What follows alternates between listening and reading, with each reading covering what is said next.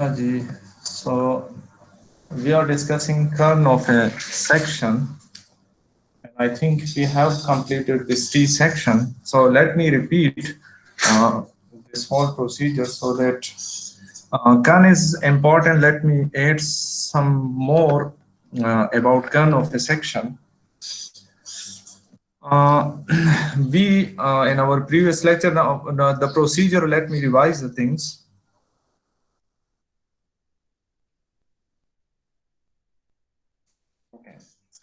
So can anybody define kern of a section?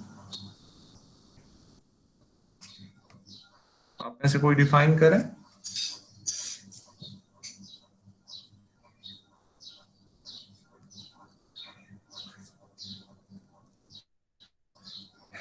Okay, so kern of a section is a region.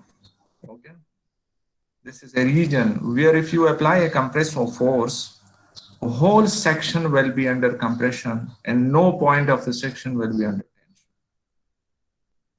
Okay, so kern is a region, like this is a region. Here you can see this is a section, cross section of a member of a compression member, and there is a region surrounding the centroidal axis, centroid of the section, where if you apply a compressive force inside this region, this whole section will be under compression.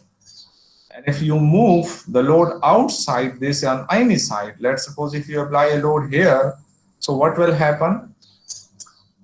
Stresses, tensile stresses will induce in part of the section. Let's suppose if you are moving the load to this side, so there is a chance that a part of this section will be under tension. Okay, so why we are locating kern of a section? So this is important for many objects which are very weak in tension. Tension is undesirable. You don't want to have any tension in this section. Okay, so for those cases, you will have to keep resultant of all the forces. If a member is subjected to a number of forces, then you'll have to keep it as the resultant of all the forces within this portion, within this kern, if you want to avoid the tensile stresses. Okay, and in some cases, like a dam or a retaining structure, which is placed just above the ground level without any physically, without any permanent contact, that is not attached to the ground, that is just placed on the ground.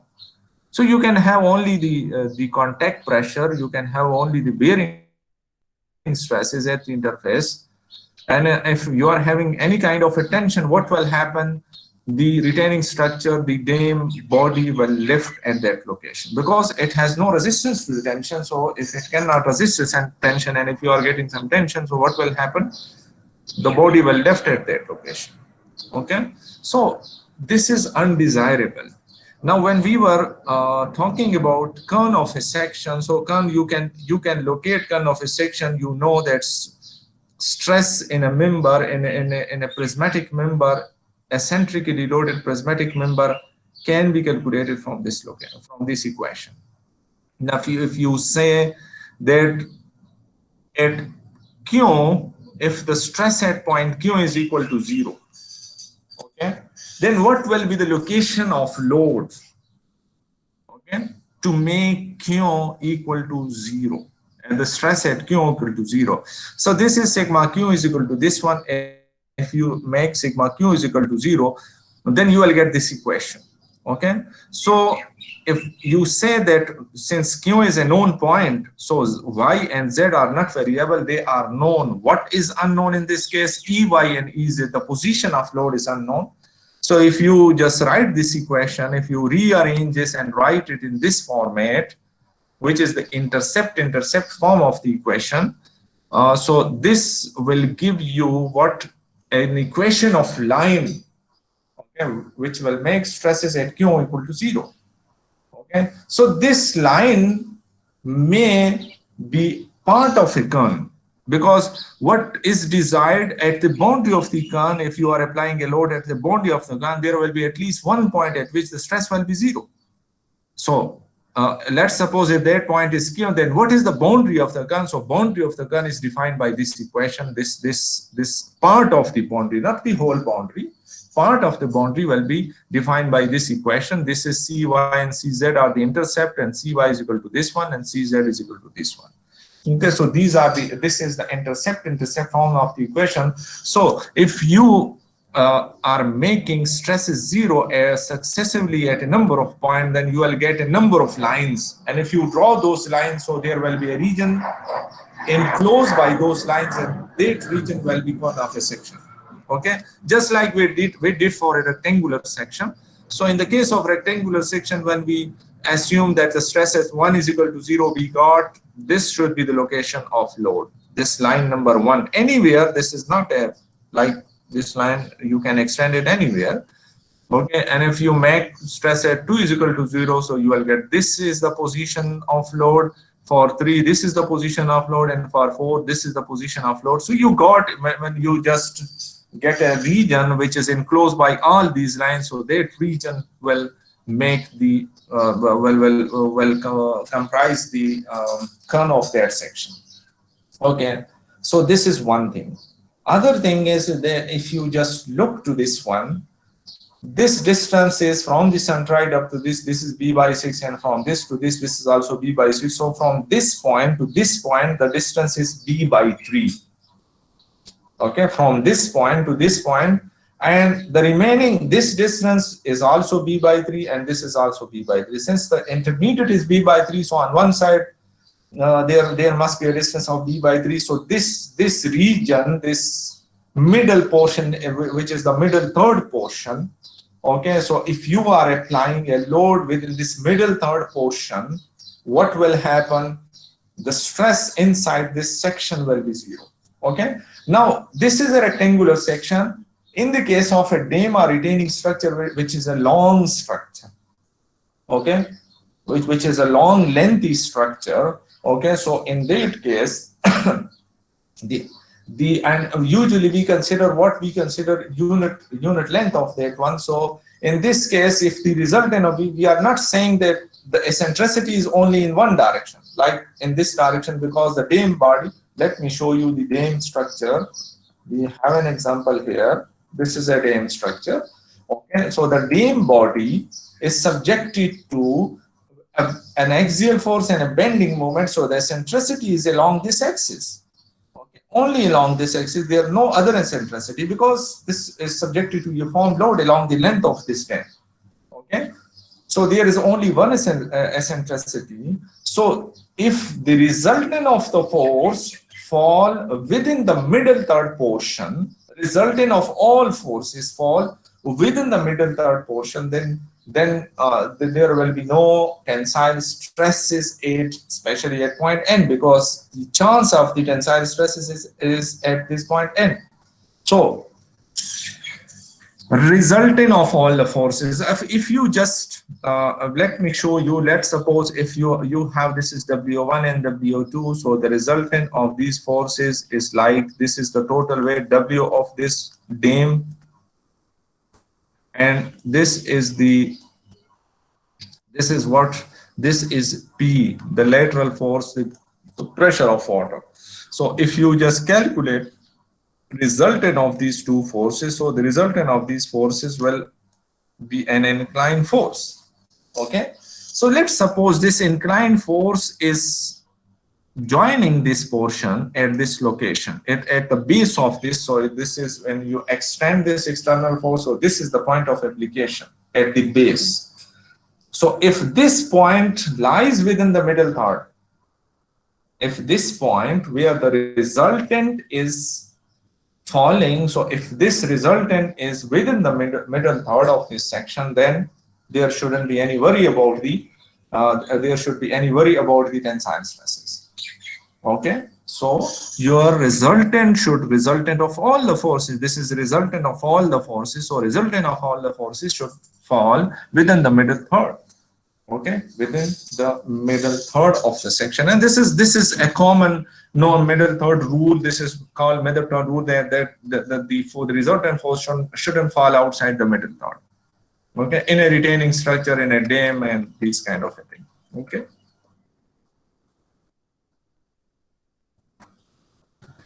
So let's now come back to uh,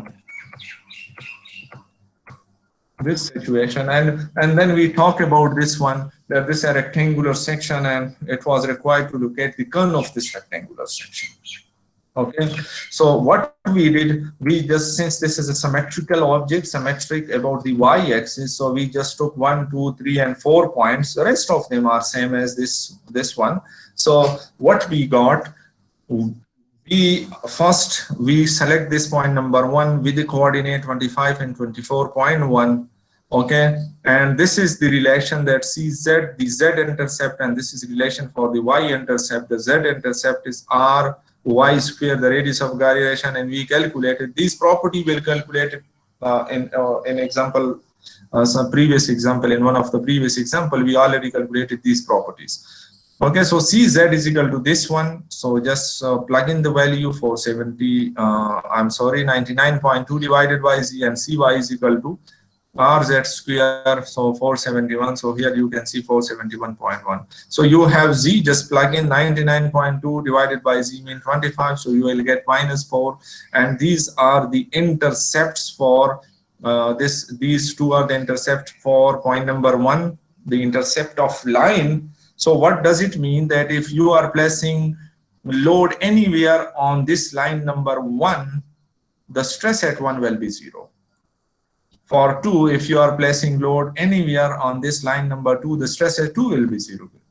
And if you are placing load at this line number 3, the stress at 3 will be equal to 0, and similarly for 4. Now you got these 4 lines. Using these intercept, you draw these 4 lines, and using the symmetry, you also draw this green line, like this line is similar to line number 1. This line is similar to line number 2. This line is, this line is similar to line number 3, and this line is similar to line number 4. So you got these 8 lines. Okay, and then you just draw the region surrounded by these lines. Okay, a region surrounded by these lines. So this is a region like this is a 6-sided figure of this shape. So this is a symmetrical shape. Okay, so symmetrical about one axis, not about both axes. And this is one line. This line is constituted by line number. This line is constituted by line number 4. This portion is constituted by line number 2, and this portion is constituted by line number 1. Okay, and similar is for the other side. And line number 3 is not contributing in this kern of a section. Okay, line number 3. So the possibility that if you are placing it, if you are making stress at this equal to 0, okay, so all other point will be under tension. So the possibility that this is 0 and no other point will be under tension is not possible. So that's why this is outside the kern. So this is not making a part of the kern. So usually the kern is made by the outermost points, not by the interior. So this is something, an interior, like an interior point. So while drawing the kern of a T section, so you will have to draw, or you will have to consider point number 1, point number 2, and point number 4. Okay, so you got this 6-sided figure, and this is kern of this section. So if you are placing load inside this region, this whole section will be under compression. Okay. Now let's come to another topic, which is related to a short prismatic member. But in this short prismatic member, if you don't know the principal axis, in the previous, the principal axis was known to you, just like when we are considering the short prismatic member, like this one, this is a short prismatic member, but the principal axes are known. Sir, Okay, huh? Ji sir ये curve जो reason होता है sir, ये artificial होता है या sir material में naturally होता है? No, what do you mean by artificial, and what do you mean by this is a region? This is like any region. Okay, what do you mean by artificial? So this is part of the section, and it can lie outside the section. I can tell you that kern can in some cases, like if you have in I section, so the Kern may lie outside the section. Okay, and you can apply load outside the section also. Just place a plate and apply the load. Okay, if you have, let's suppose a column which is made by an thin I-shaped member, and if you are just place a plate on top of this and apply a load anywhere where you want to apply the load, so you can apply.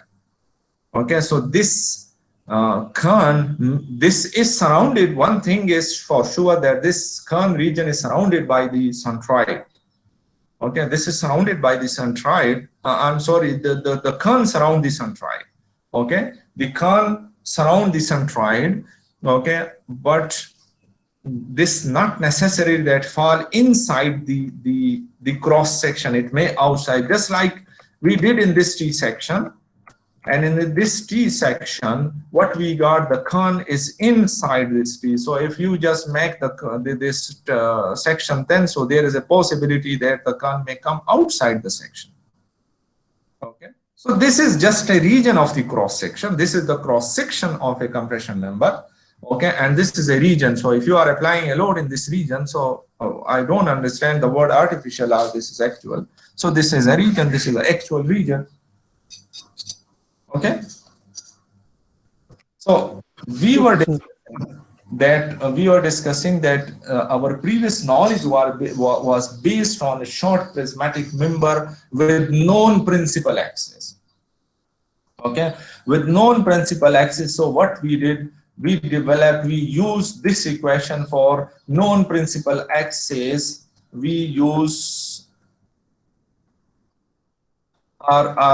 this equation is applicable like the combined stress equation. Let me show you here. So this equation is applicable like this equation. Okay, and when you apply the load, so this is the equation which we develop for a short prismatic member. So this is a combined stress formula, okay, in which Y and Z are the principal axis. If Y and Z are not the principal axis, then this formula is not applicable. Neither this formula is applicable. ये दोनों formula applicable जो है वो नहीं है. Okay. So when principal axes are not known to you, so one of the ways to locate the neutral axis, but you don't know how to locate the neutral axis. So there is another way also. Okay, there is another way also, and let's talk about what is there. One thing we know, that the stress field is constituted by a plane. Okay, the stress field is a plane. Okay, just like in the case of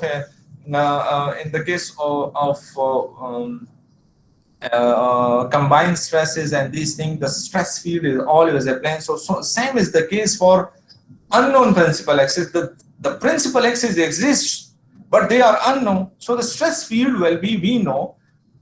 We got from the previous knowledge, we got this equation. This is the problem here. You can see that this is a plane here. You can see that this magenta line, this pink line is a plane. Okay, just you rotate this about the neutral axis, you rotate this T about the neutral axis, so you will get this pink line. So a part of the section will be under tension and a part of the section will be under compression. Okay, so this is constituted, we got this equation and this is the equation of plane. Okay, this is what, this is A plus BY plus CZ. Okay, A plus BY plus CZ. Okay, so this is an equation of plane. So here we are starting that as we know that the stress field is a plane, so we assume for a prismatic member with unknown principal axis that sigma is equal to A plus BY plus CZ, where Y and Z are not the principal axis. And A, B, and C are what? A, B, and C are constant, which we will determine from the equilibrium condition. And just like in our previous cases, I've shown you the equation. Let me show you this equation. So this is A, this is B, and this is C. Okay, A, B, and C. So now coming to this one, so this we are saying, as we know that the stress field is constituted by a plane, so this is sigma is equal to A plus BY plus CZ. Okay. Now how to determine this A, B, C? So we'll determine this from the equilibrium condition. So let's apply equilibrium condition, and let's say that if we take, let's copy this figure, this figure.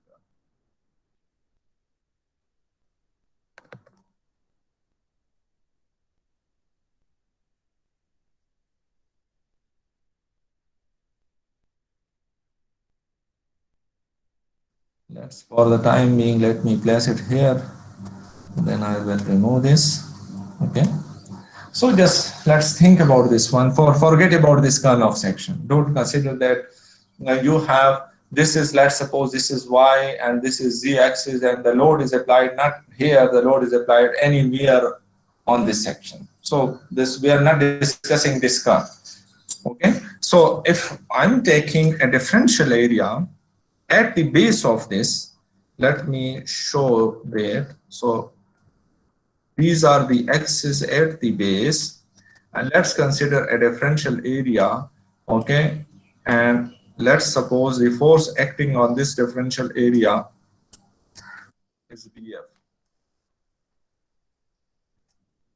Okay, and this distance and this distance, these distances are what? This distance is along z-axis, so this is z, and this is along y-axis, so this is y. So let me show you in the plane. So this is their differential area, dA,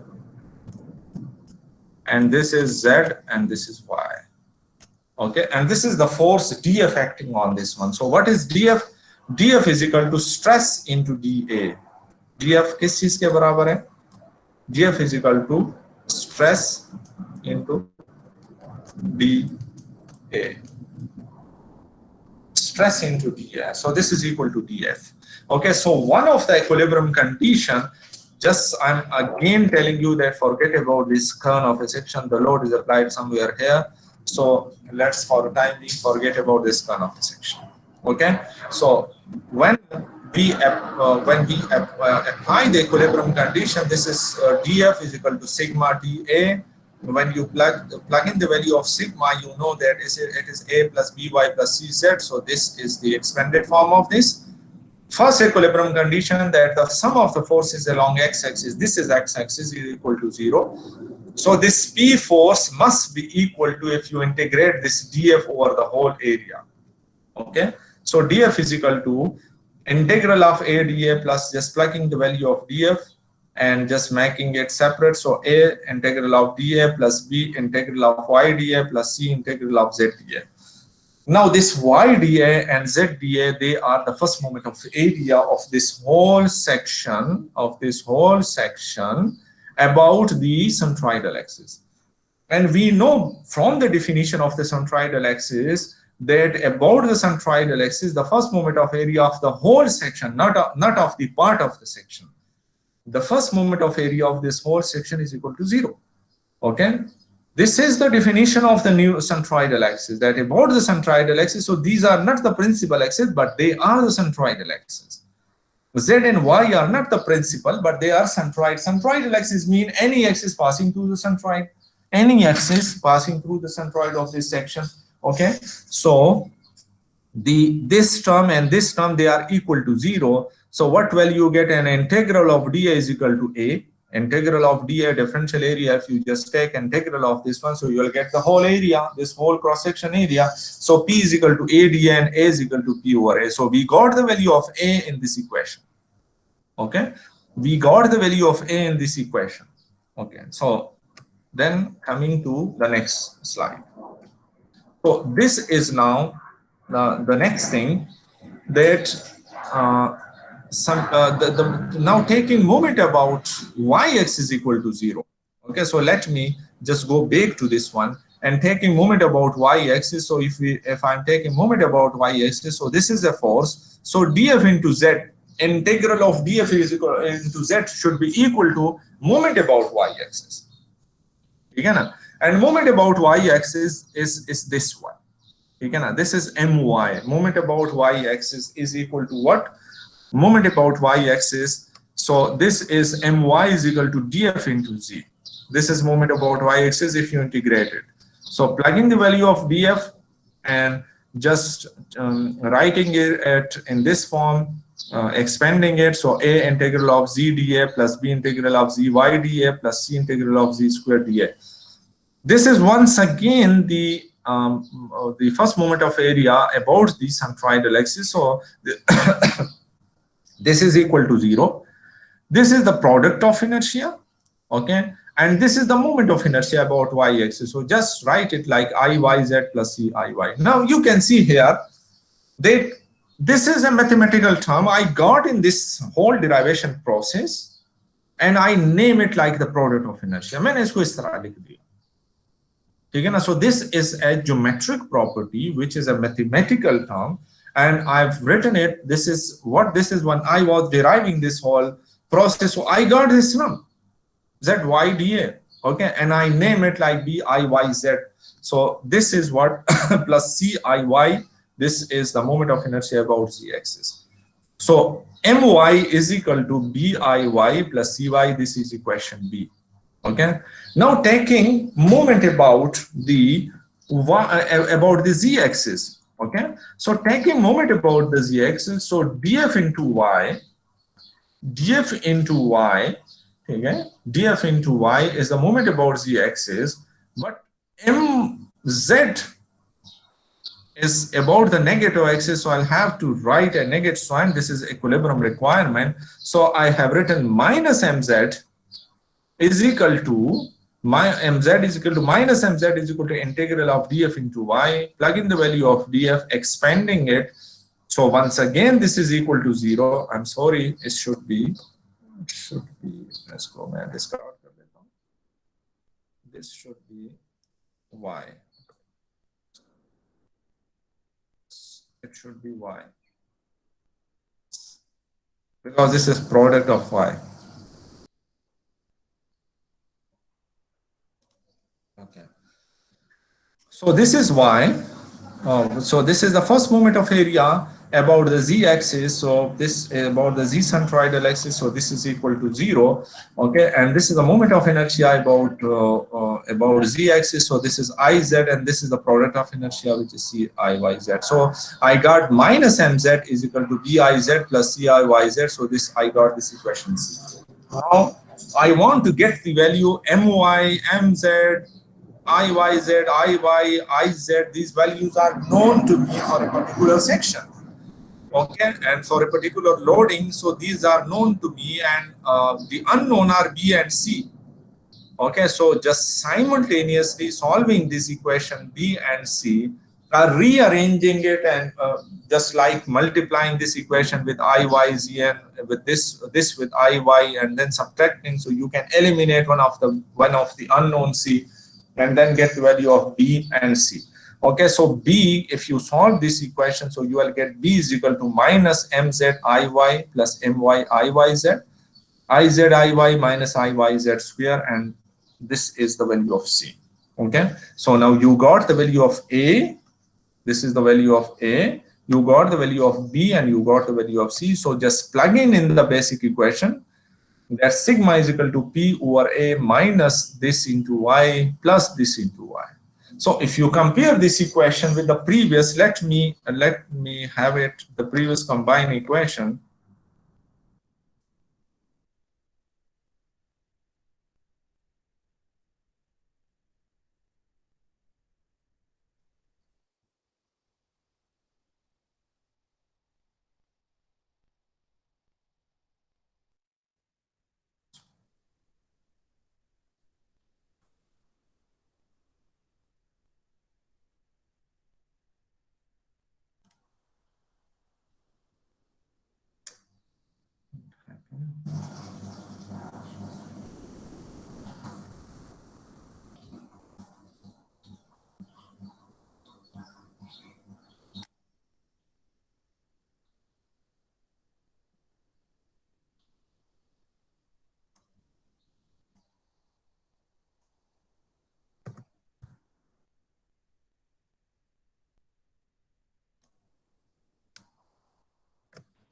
Hello. Just wait for a while. Okay. So let me write the equation here. Okay. So this sir is यहाँ बारिश बहुत तेज लग गई है ना, तो अगर disconnect हो जाए तो सर अटेंडेंस पे लगा लें। क्या? यहाँ सर अभी बारिश बहुत तेज लग गई है, अभी हाँ, ये सिग्नल खत्म हो जाएंगे बस। अभी तो आपके पास है ना। हाँ अभी है ना, मैं कह रहा हूँ अगर डिस्कनेक्ट हो जाए तो सर फिर अटेंडेंस वगैरह लगा लें। आपको अटेंडेंस की बहुत फिक्र है यार, क्लास की फिक्र करें, अटेंडेंस की फिक्र ना करें। ठीक सर है। ये अभी बारिश बहुत तेज है इस वजह से तो। खैर है, अटेंडेंस की फिक्र ना करे, क्लास की फिक्र करे। क्लास मिस हो जाए उस पे जो है वो थोड़ा वो करे, गम का खफगी का इजहार करे, और अटेंडेंस का ना करे। वो छूट जाए तो वो इतना बड़ा लॉस नहीं होगा, क्लास का वो जो है वो लॉस होगा ना। अटेंडेंस की गम ना करें, वो हो जाएगी। वो हम जो है वो वक्तन फवक्तन अटेंडेंस ले रहे हैं, ठीक है, इस तरह नहीं है। आपको अगर कहीं जाना है तो खैर है, बेशक आप जा सकते हैं।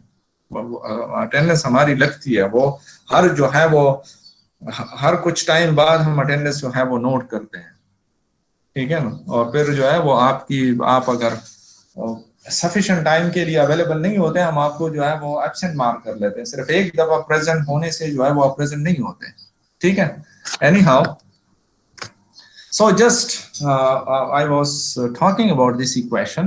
So this is the equation when the principal x's are not known to you, or when y and z are not the principal x's. And this is the equation where y and z are the principal x's. Now you can see the difference.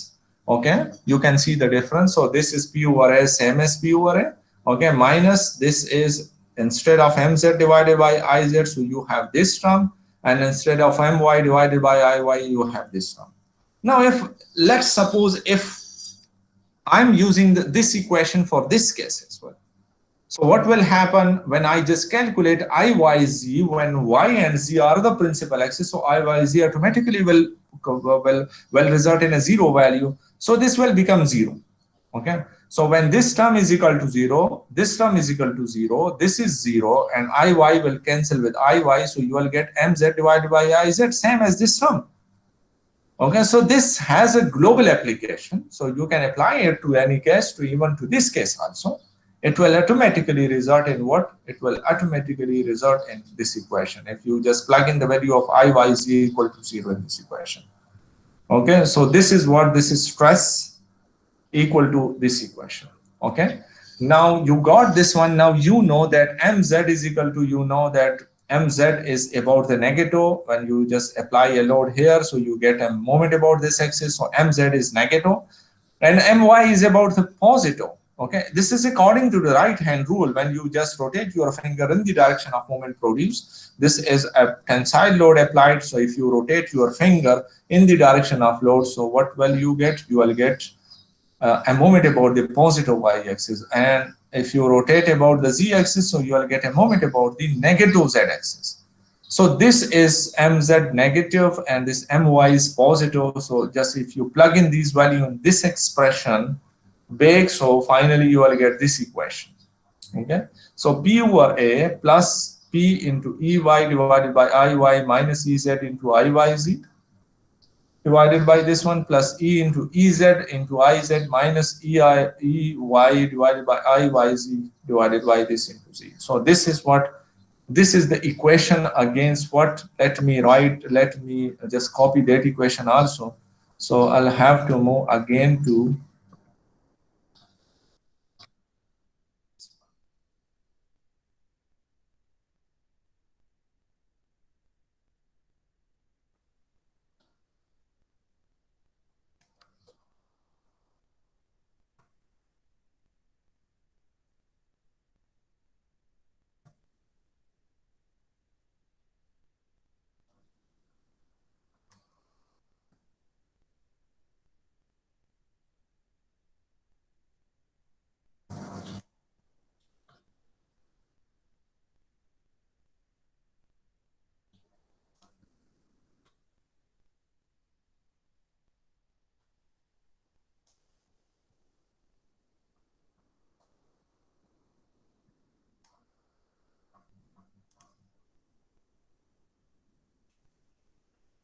okay.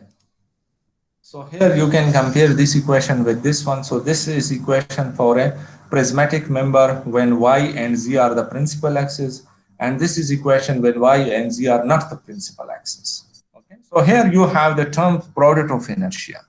So just if you just uh, put iy is equal to 0 in this equation, okay, so finally you will get the same this equation. Okay. So this has global application. You can apply it to this case also. So just it will reduce to the same principle to the same equation where the principal axes are known to you. Okay, so we got this equation. Now let's try to solve a problem with this equation. So this is example 1.3. So for the, so I'm writing if a problem, I'm making it from myself, or I'm copying it from another textbook. So I'm calling it as an example. And the problem are of your textbook, the FL Singer book. Okay, so example 1.3, for the given short prismatic member, locate neutral axis and calculate stresses at all corners, take P equal to minus 10 kilonewton. Okay, so this is the case where you have a load P of minus 10 kilonewton minus mean a compressor load. Minus 10 kilonewton is applied, and it is required to locate the neutral axis of this section and to calculate stresses at all points 1, 2, 3, 4, 5, 6 at within this section. Okay, so first we'll have to calculate the geometric property. We'll have to look at this is an unsymmetric section. Okay, this is unsymmetric section, and this y and z are not the principal axis. Why? They are the centroidal axis because they are passing through the centroid, but they are not the principal axis. So locate the centroid and calculate the geometric properties, the cross-section area, the moment of inertia about z-axis, the moment of inertia about y-axis, and the product of inertia about y and z-axis. Okay, so we already calculated from example 1.1, we already calculated these properties, okay, these geometric properties, and the load is applied here at this location. So what are the eccentricity of the load? So eccentricity of the load, EY is this distance. EY is minus 26.54.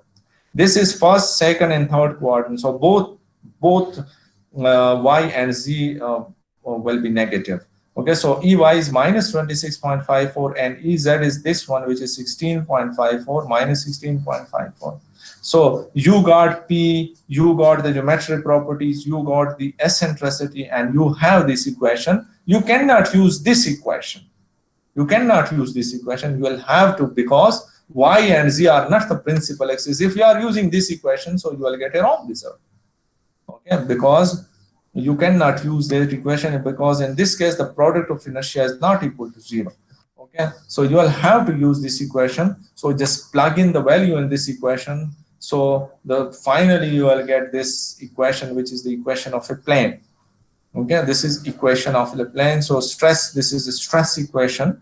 Okay, now the first thing is that locate the neutral axis. So just plug in this equation equal to 0. So and write it. So you will get a line. Neutral axis will be just a line. So write this equation in intercept form. Okay, I hope you can write it in this form. Okay, this is like if you just bring it here and divide it by 7.69, so you will get 1 here, and you will get 0.718 divided by 7.692, and same is divided by this one. So if you just bring it below this 7.69, so 7.69 divided by 0.718, so you will get this one, and 7.69 divided by 1.282, you will get 6 here. So this form of the equation, this is known as intercept, and this is a very easy form to draw. This is very easy to draw, this form of equation. So when you write it, so you do what? You have the y-intercept. So on y-axis, just take a point at a distance of 10.71, and you have the z-intercept. So on z-axis, take a point at a distance of 6. So both are positive. So this is positive y and positive z. So you get this point and this point, join this point and extend it on both sides. Okay, so you will get the neutral axis. So this is neutral axis. So on one side of this neutral axis, and most probably where the load is applied, so this side is under compression, and the rest of the side, this is under tension. Okay, this portion will be under tension, and this portion will be under compression. Okay, so this is first part is done. You located the neutral axis of this section. The next is to calculate stresses at all corners. Okay, at all corners, like this is corner 1, 2, corner 3, corner 4, 5, and 6. Okay, so at corner 1, the coordinates are minus 26.54 and 43.46. Okay, this is corner 1 because this is 43.46. Okay, so this is second quadrant. This point lies in the second quadrant, so Z is positive, Y is negative. Okay, so and plug in these values, the value of Y and Z in this equation, so you will get the stress at this point number 1. And just repeat the same process for point number 2, 3, 4, 5, 6. But just check these points. If you have drawn it to the scale, okay, I have drawn this neutral axis to the scale. This whole figure is to the scale. So this is showing me that this is point number 1, point number 2 will be under compression, and this is 2, 3, 4, and point number 5 will be under compression. So you can see 2 and 5, they are having negative sign, and all other points 1, 3, 4, and 6. 1, 3, 4, and 6, they have positive sign. Okay, so they have tensile stresses, and you can draw the stresses in a 3 dimension. So it's not easy to visualize the stresses in 3 dimension because there are many lines intersecting each other. So here you can see the section. Here at point number 1 you have positive stress, at point number 2 you have negative stress, at point number 3 you have positive stress, at 4 you have positive, at 5 you have negative, and 6 you have positive. So just join them, so you will get this is a 3 dimension. You cannot draw it in a 2 dimension. Okay, 2 dimension because the stresses are also varying within the depth of the section. Okay, so the variation is about 2 axes, so that's why it's not easy to draw it in a 2 dimensional way. So you will have to draw it as a 3 dimension. Okay, so this is how to draw, how to calculate stresses if the principal axes are not known to you. So the only difference is that you will have to use this different formula, and you will have to and you will have to use the different geometric property. In addition to the moment of inertia, you will have to also use the product of inertia in your equation. Okay. Any question?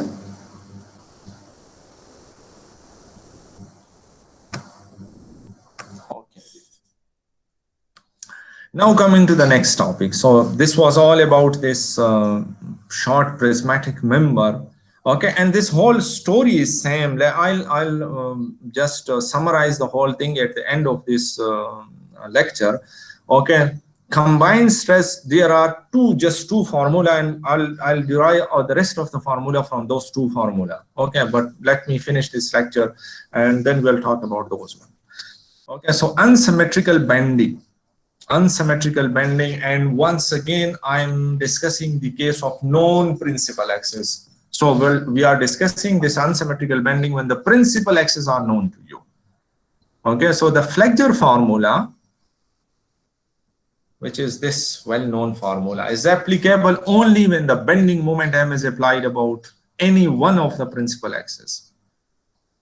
Okay, this is the condition, the basic assumption of the flexure formula, that if the bending moment is not applied about the principal axis, then the flexure formula is no more applicable. Okay, so as an axis of symmetry of a section is always the principal axis, and the moment is applied about the axis of symmetry or its perpendicular. Let me write it in this way. Or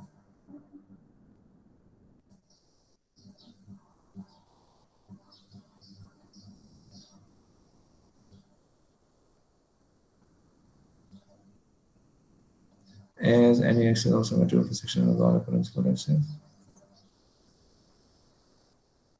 And in most cases,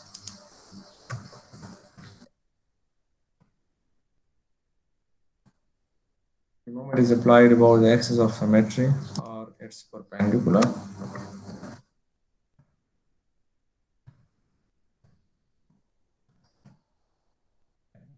This will complete the statement.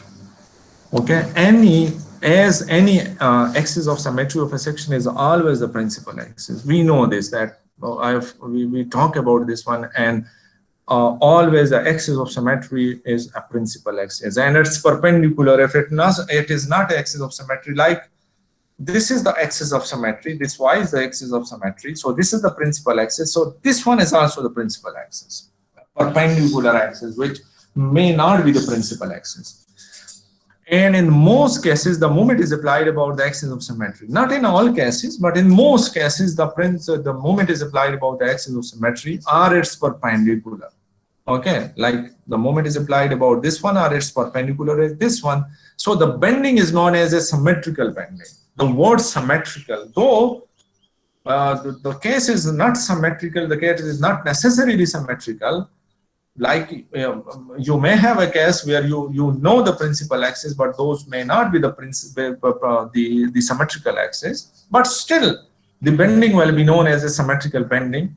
Okay, because the bending moment is applied about the principal axis. So any axis of symmetry of a section is always the principal axis. We know this, and in most cases there should be a comma here, the bending moment is applied about the axis of symmetry or its perpendicular. The bending is known as symmetrical bending. ठीक है ना? Since the bending moment is applied about the symmetrical axis, so that's why this is known as, the word symmetrical is used because in most cases the bending axis is the axis of symmetry or its perpendicular. Okay. Now, when the bending moment is applied about an axis other than the principal axis and other than the symmetrical axis, it is called unsymmetrical bending. Okay, and the flexure formula for unsymmetrical bending is not applicable in this form. Okay, this is not applicable in this form. Okay, so now let us consider at the cross section of a beam as shown in the figure, and this is subjected to a bending moment which is inclined, which is about an axis inclined at an angle of theta with the z-axis. So this bending moment, this bending axis, this is the load application line, this is the cross section. Here you are saying this, the member is moving like this. Let me draw. So this is the member like this. Okay, and the load is applied in the cross section, the load is applied inclined. Okay, so one thing you should keep in mind, that the bending axis is always perpendicular to the applied load, to the transverse load. This is a transverse load, so this is always perpendicular to the applied load. So this is bending axis. Bending moment will be produced about an axis perpendicular to the line of the load. Okay, line of the load is this one, so this is perpendicular, so bending moment will be created about this one. So if this load is making an angle of theta with the vertical, then the bending moment axis will make an angle of theta with the z-axis, because the angle between two lines is same as the angle between their perpendicular. Like you have these two lines are perpendicular and these two lines are perpendicular. Okay, so the angle between these two lines is theta, so the angle between these two lines should also be theta. Okay, so we cannot apply the formula directly, but we can resolve this movement into its rectangular component along the known principal axis. Okay, so just resolve this as a moment vector, resolve this into mz and my. Mz is m cos theta and my is m sin theta. Okay, now you can apply, now this is the case of a combined stress. Now you have resolved this into two components, and this is the case of a combined stress because this section is now subjected to two bending moments. Okay, so two bending moments, so now you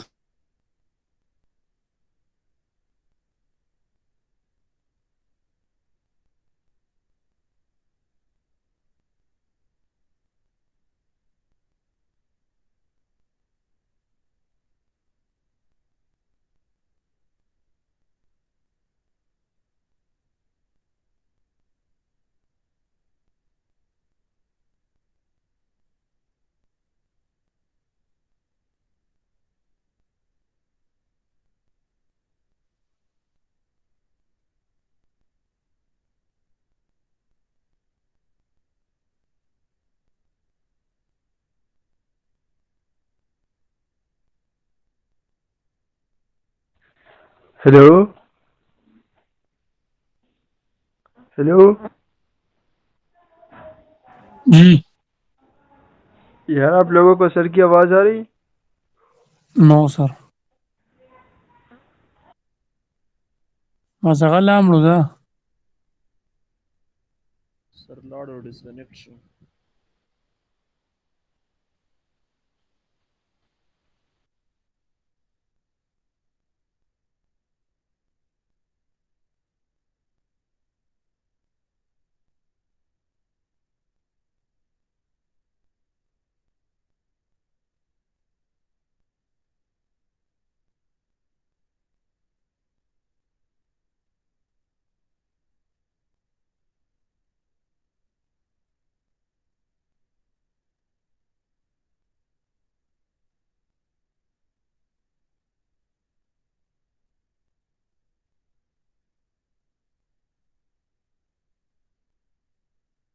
यार आप लोग wait करें sir, connect disconnect हो गया, ठीक है ना, YouTube वाला। 2 मिनट वेट करें।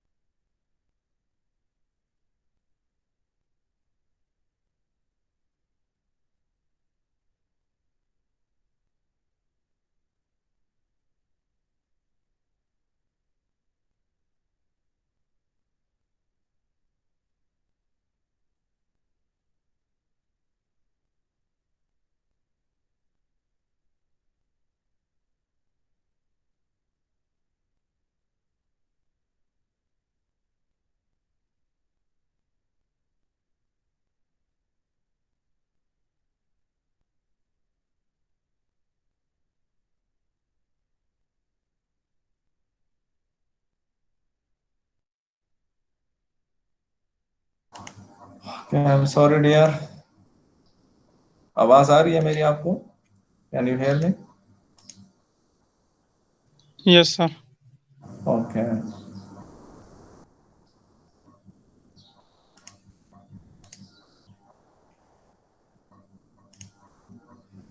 So we are discussing the unsymmetrical bending. So let me repeat the summarize the whole story. So if you have a bending moment which is not about the principal axis, the bending moment is not about the principal axis, so that is known as a unsymmetrical bending. Just like in this case, when the load is inclined, so the bending axis is this one. So this bending moment is not about the principal axis. So this kind of a bending is known as unsymmetrical bending. Okay, so you will have to convert, you will have to resolve this into its rectangular component along the principal axis. So you will get two bending moments and then apply the combined stress formula for the two bending moments. So in this case, the P is 0, so you will get this equation. Since and if you want to get the location of the neutral axis, so location of the neutral axis here, you can get it if you plug in stress equal to 0. So this equal to 0, and if you rearrange this, so y by z is equal to sine theta divided by cos theta into this one. So tangent of theta is equal to this one. Now what is theta? Theta is the inclination of the bending axis. Theta is what?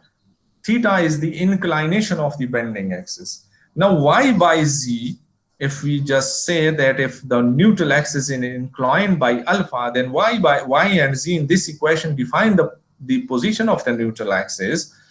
So y by z, if we assume that this is equal to tangent of alpha, then tangent of alpha is equal to tangent of theta into iz by iy. So where theta is the inclination of the bending axis and alpha is the inclination of the neutral axis. Now usually in the case of symmetrical bending, our bending axis and our neutral axis coincide with each other, and they are actually coinciding with the principal axis also. Okay, because the bending moment is about the principal axis. So the bending axis and the neutral axis coincides with each other. But in the case of unsymmetrical bending, it is not necessary that both will coincide. Okay, just like in this case, if Iz is not equal to Iy, then alpha will be different than theta. Okay, but there is a case if Iz is equal to Iy, just like in the case of a in the case of a circular section, in the case of a square section. Okay, and even in the case of any other section, like if you proportionate a T section and I section, if you proportion it in such a way that the moment of inertia about Iz and Iy are equal, then in such case the bending axis, the neutral axis will coincide with the bending axis. Like this will be then the neutral axis if Iz is equal to Iy. But if Iz is not equal to Iy, then the neutral axis will be different than the bending axis. Okay, the neutral axis will be, so just you should know these terms, like what is the neutral axis, an axis, let me define it.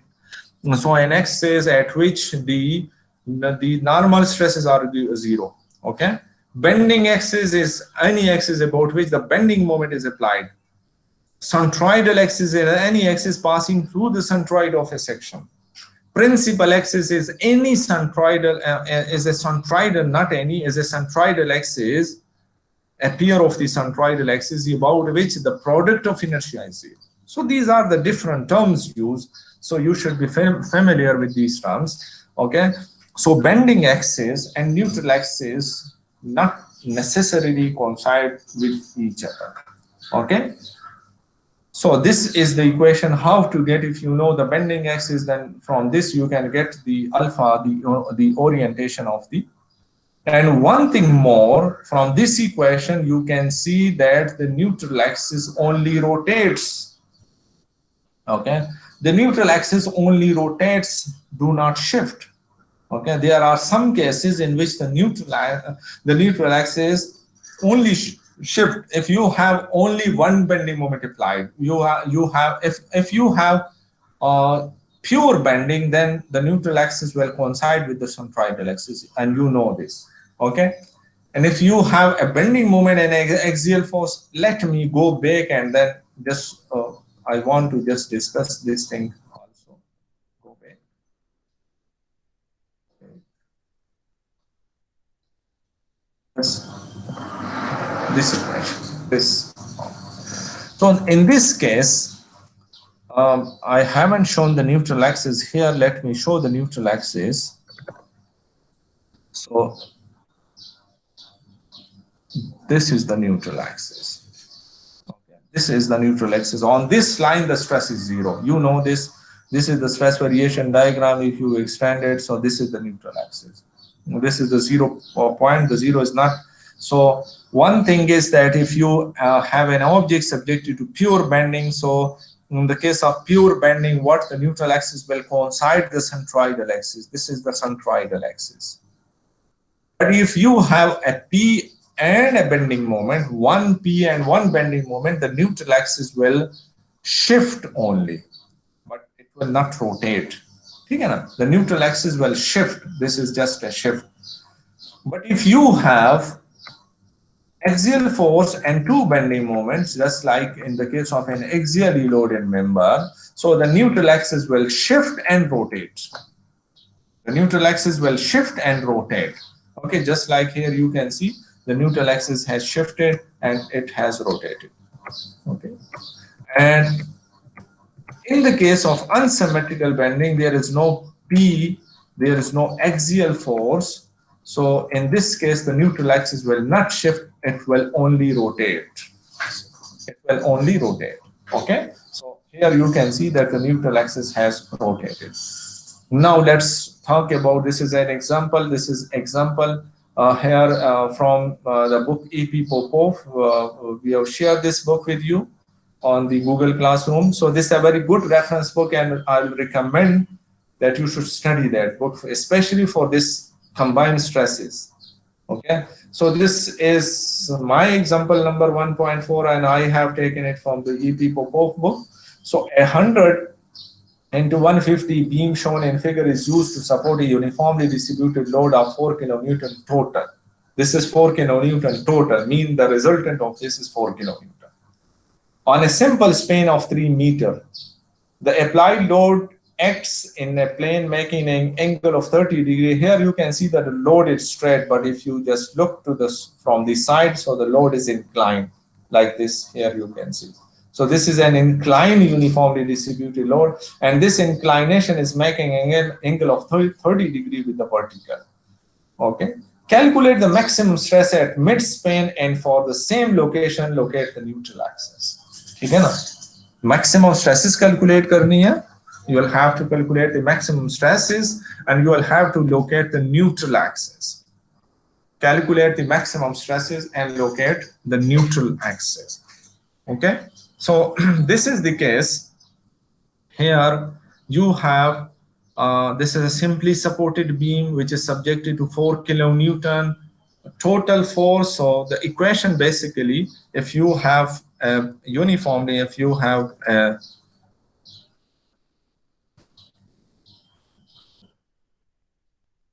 simply supported beam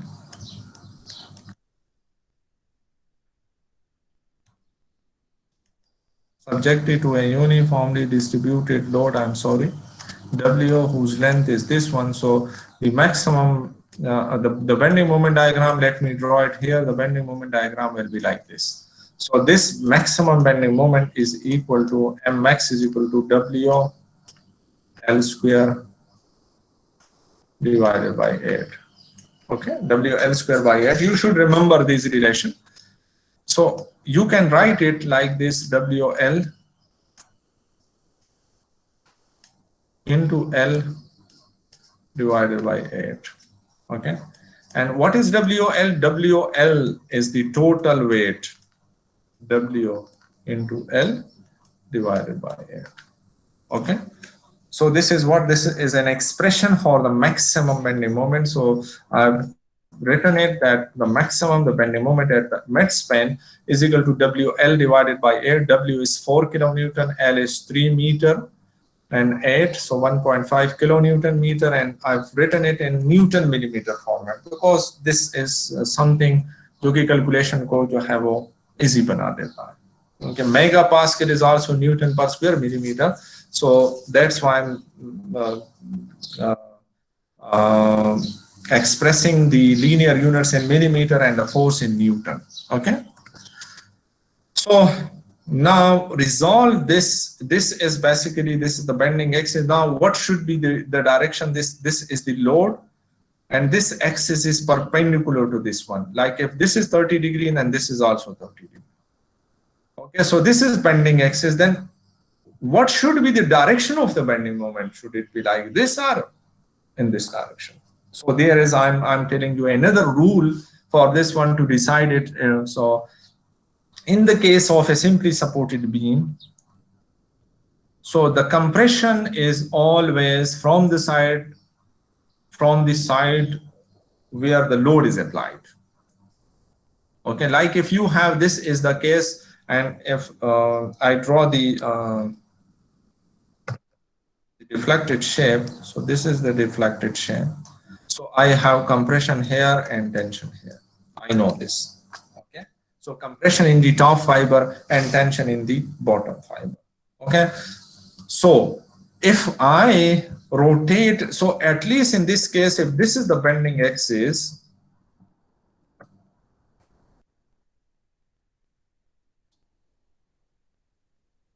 if this is the bending axis, let's look in the cross-section dimension. If this is the bending axis, this is the bending axis. And if I'm rotating, just remember this rule.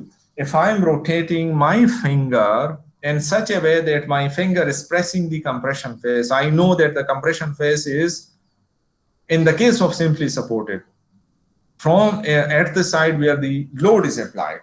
So at least this point C or this surrounding region will be under compression. So if you just press your finger of right hand on this point C, then your thumb will point the moment vector. Okay, your thumb will point the moment vector, just like in the case of this, as in the case of a simply supported beam. If this is a vertical load, okay, this is not inclined, then this is the bending axis, and we show it like the positive bending moment, we show it on the positive z axis. So this is the same case, because if you just press the compression phase, which is at the top, then the thumb will be on the positive z-axis. But here, since this is inclined, so you'll have to press the compression phase. So this is the moment direction. So this is M is in this direction. Okay, and we'll in the next example we'll talk about this one a bit more. So now this is the bending axis. So resolve this into its rectangular components. Since this is theta, so the mz is m cos theta, so which is 1.3 into 10 to the power 6. Mny is equal to m sin theta, which is 0.75 into 10 to the power 6 Newton millimeter. Okay, so now I have two bending moment about the principal axis. So just calculate the geometric properties about Iy and Iz. So Iz is 100 into 150 cubed by 12, and Iy is equal to 150 into 100 cubed by 12. So you got the values. Now plugging these values in this formula, which is the basic combined stress formula, there is a negative sign with mz. Okay, so sigma x is equal to minus mz by iz. So plug in the value plus my by iy. Plug in the value, so you will get this as the stress equation. Okay, now this is equation A is the stress equation, which is giving you stresses anywhere. If you know the coordinates of the point y, z, then you can calculate using this equation. You can calculate stress anywhere. You can किसी भी जगह आप कर सकते हैं. Okay. Now for the neutral axis, you first locate the neutral axis. So for the neutral axis, the stress is 0. So just make this equal to 0. So y is equal to this one. So tangent of alpha is 1.304. So alpha is equal to 52.5 degree. So the bending axis is inclined by 30 degree, but alpha is inclined by 52.5 degree. 52.5 degrees. So the bending axis is not coinciding with the neutral axis, or the neutral axis is not coinciding with the bending axis, because this is a rectangular section for which Iz is not equal to Iy. वो बराबर नहीं है, so that's why it will rotate, it will not coincide with the bending axis. Okay, so this is what this is 52.5 degree. 52.5 degree the orientation. So this I know now. I need just adjust the orientation, the inclination of the axis. Again, I need not to have any question. Again, मुझे ज़रूरत नहीं है. I need just the inclination, because it is just rotating. It is not shifting. It will pass through the centroid, but it will just rotate. So I need the rotation, the orientation angle, which is 52.5 degrees. So this angle is 52.5 degrees. Okay. Now the stress at corner A, B, C, and D are calculated from equation A using the corresponding coordinates. A, B, C, D, just these are the coordinate of A, B, C, D. Plugging in the stress equation, this equation. Again, equation A, plug in the value, so you will get these are the stresses. Stress is 6.45, 0.45, minus 6.45, and minus 0.45. So these are the stresses at these points. You can show it, you cannot show it once again. This is you can show it in a 3 dimension because the variation is along the 2 axes. Okay, so at point number A you have a positive stress, at this you have a small positive stress, at this you have a compressive stress, and here you have a small compressive stress, and this is the neutral axis. This is the neutral axis. Okay, so I have drawn this, the stress variation diagram. Okay, this is the stress variation diagram, okay, for this whole section. So this will give you the stress anywhere along the section, along the boundary of this section. Okay, and the problem is to calculate the maximum stress. So the maximum tensile stress is at A and the maximum compressive stress is at C. Okay, so this is the problem, and so I think we should have, I think we should complete this and then we'll have a break. Okay, so this is a problem from your book. This is a problem from your book, and this is in chapter number 13, which is under a special topic. A cantilever beam 10 feet long with T section as shown carries 2 concentrated load applied as shown in figure. you have a cantilever beam which is subjected to two loads. So from this view, they are seems to be vertical load, but they are not vertical. If you are looking from the side, this is a T section. So the load number P1, this load is acting like this, and P2 is acting like this. So these are the orientation of these loads. Okay. So these loads are inclined to each other. So compute the inclination of the neutral axis at the wall and the maximum compressive and tensile stress. Same problem, just like the previous one. The requirement is like the previous one. Okay. So this is the case. Now you cannot calculate a total moment at this, because this moment is causing the moment axes are different for these load. This load is causing moment about this axis. This line is perpendicular to this one, and this is causing moment about this axis. So both are having different directions. So we'll talk about these direction in a while, but let's first talk about the geometric properties of the section. So geometric property of the section. So this is a T section. So first we will have to locate the centroid. So this centroidal axis is known. This is the axis of symmetry, but you will have to locate this one, the Z. You will have to look at, and let's suppose this is reference. So this area is 8 into 1 is 8, into 4 is the centroidal distance, because since this is 8, so its centroidal will be at a distance of 4. So 8 is the area into 4, plus the area of this rectangle is 6, and its centroid is at, from this it is at 8.5, 8 or plus half of 1, 8.5. So 6 into 8.5 divided by 8 plus 6, so you will get 5.93 inch. Okay, 5.93. So the neutral, the centroidal axis is at a distance of 5.93, and from top this is, if you subtract it from 9, so 3.07. And calculate the geometric properties. So here the required geometric properties are I, Z, and IY. Okay, so I, the moment of inertia about Z-axis, this is the formula. Okay, so BH cube by 12, 1 into 8 cube by 12 plus 8 is the area of this rectangle. And the distance D is what? 5.93 minus 4. Its centroid is at 4. So, and the composite is at 5.93. So this square for this is 6 into 1 cube by 12 plus 6 into 8.5 minus 5.93. Okay. This is the centroid of this, and this is composite. The distance between these two is this one. So this will give you 112.6 inch power 4. IY, the moment of inertia of this one is, this is the centroid of this T section, this is the centroid of this composite section, and this is the centroid of this this rectangular section. So in this case, the centroid of the composite is coinciding with the centroid of this rectangular section. So that's why there will be no shift up, because the distance D will be equal to 0. So here you will have 8 into 1 cube by 12, and here you will have 1 into 6 cube by 12, and the shift term are 0, so it will result in 18.67 inch power 4.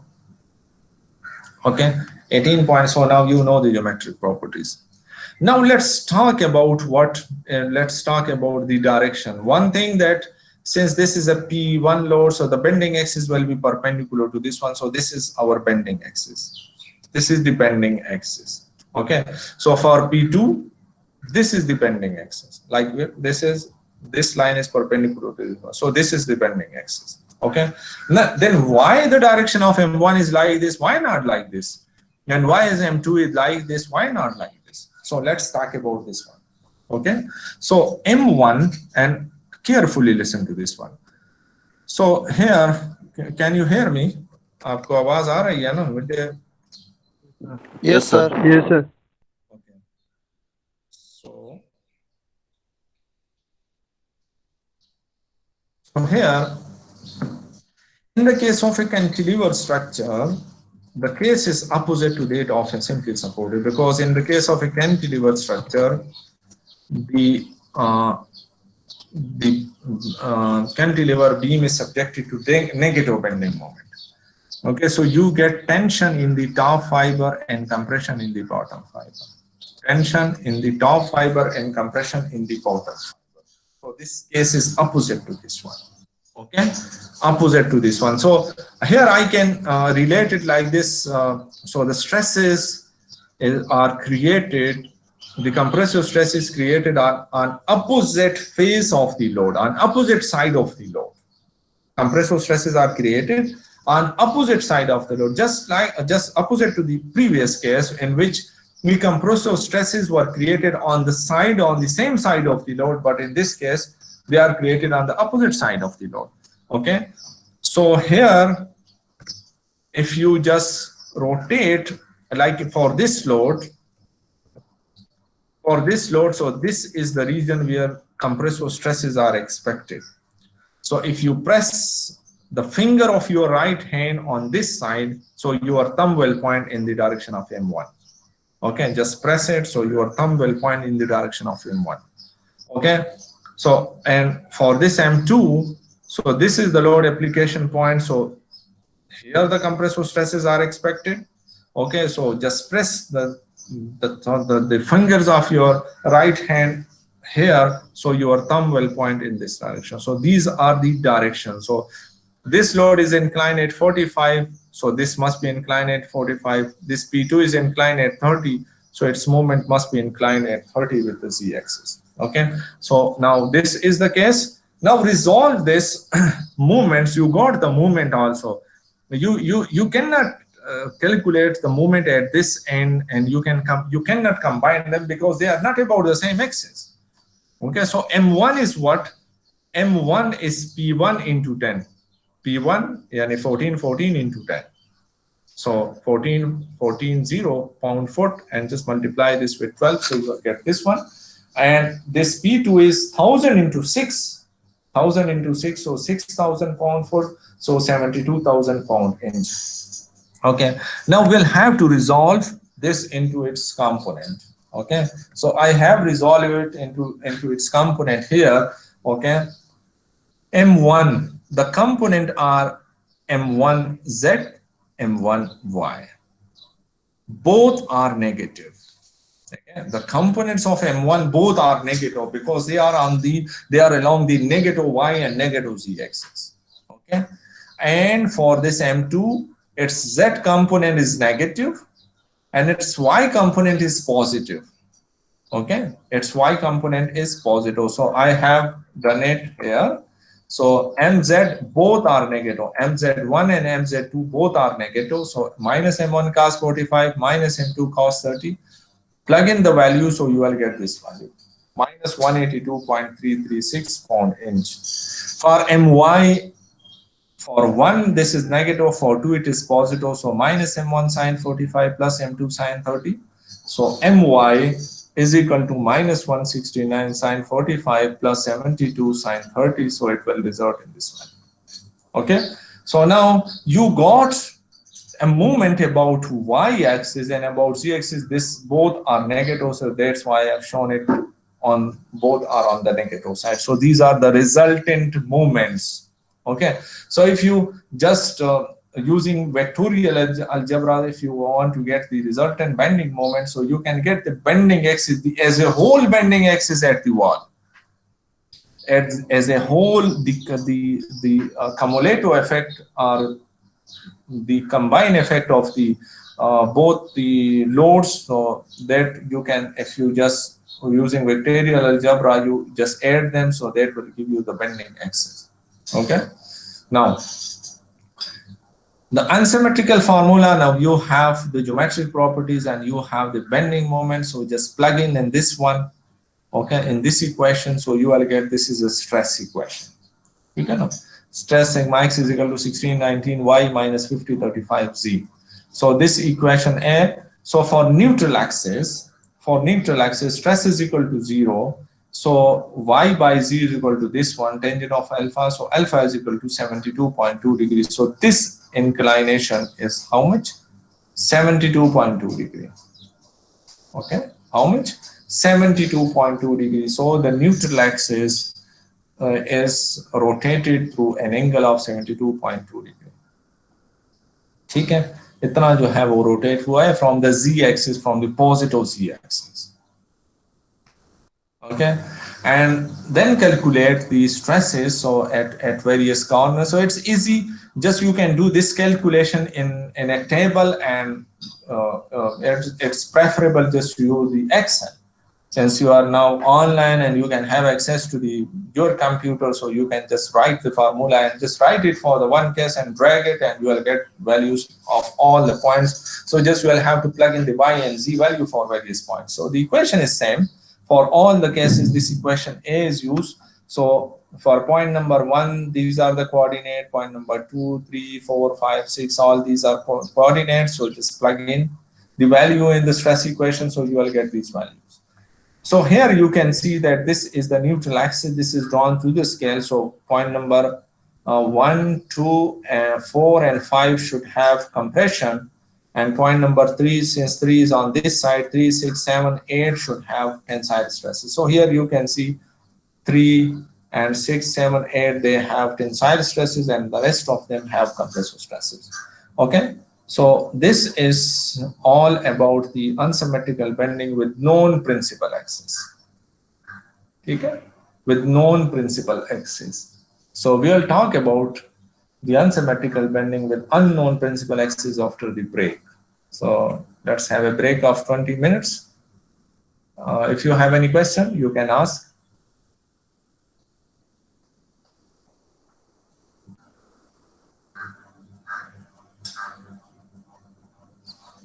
Okay.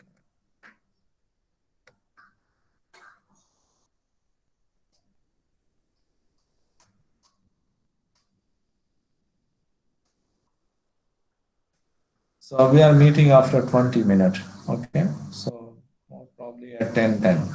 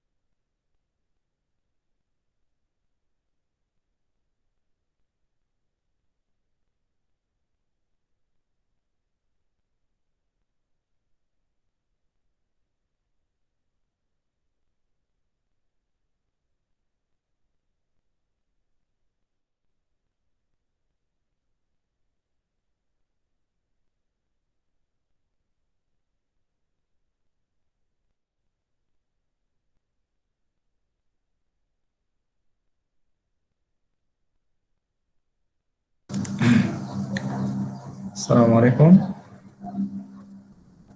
Walaikum salam. So let's start. Mm,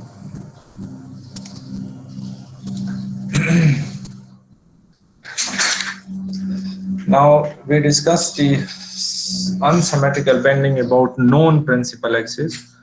Now let's discuss the unsymmetrical bending about unknown principal axis. Okay. So if the principal axis of a section are not known, that is y and z are not the principal axis about which the bending moment are applied, then the stresses may be calculated from the following equation. So we discussed the combined stress formulation on the previous slide. We discussed this formula. We discussed this formula. Okay. We discussed this formula that P over A minus this and plus this. So we discussed this formula. So if P is equal to 0, then this is the same case, because now you have the two bending moments, Mz and My, and there is no P. Okay, so the unsymmetrical case, the unsymmetrical bending is unknown principal axis. So you will have to then use this formula. You will have to use the formula which involves the product of inertia.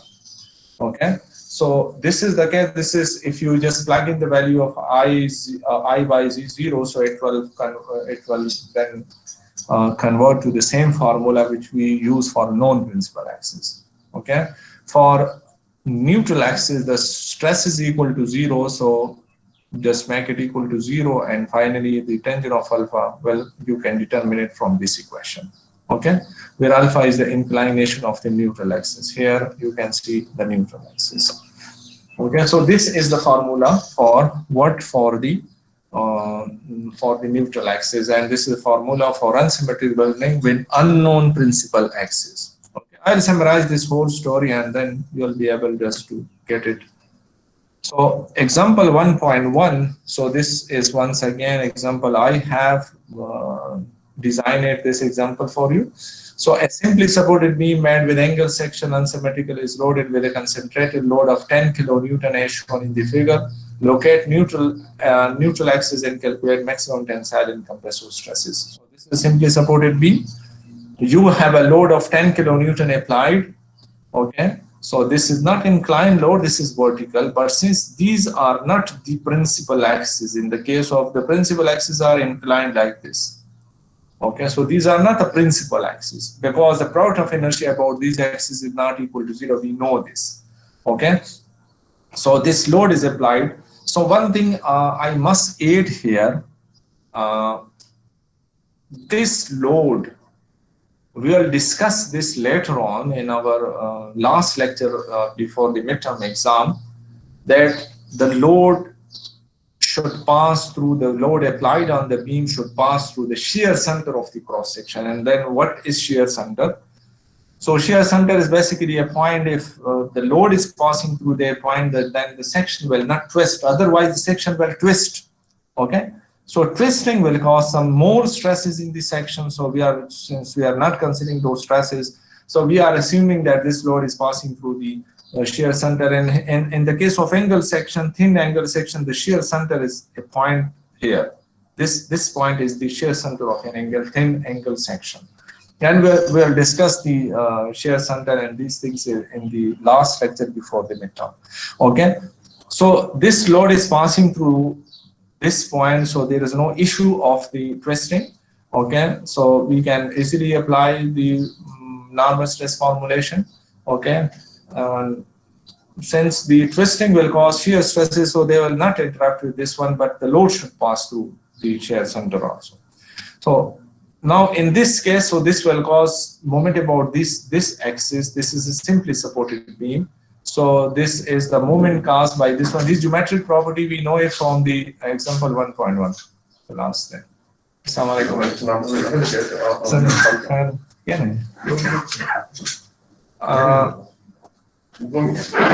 आप जरा wait करें, मुझे आपने 5 minute जो है वो देना होगा, ठीक है? मैं आपसे 5 मिनट बाद बात करता हूँ.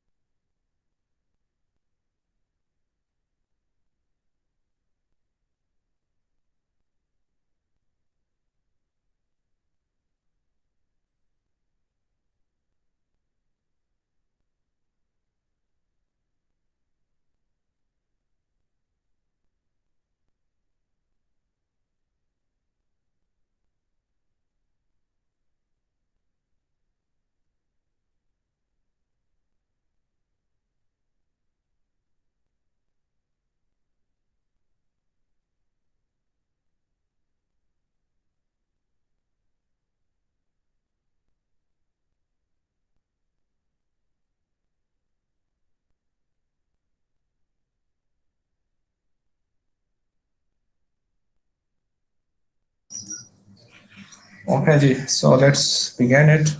चेयरमैन साहब आ गए थे, उनसे थोड़ी डिस्कशन करनी थी. आवाज आ रही है मेरी?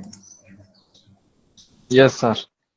Okay, so we'll wind it in 15-20 minutes, inshallah.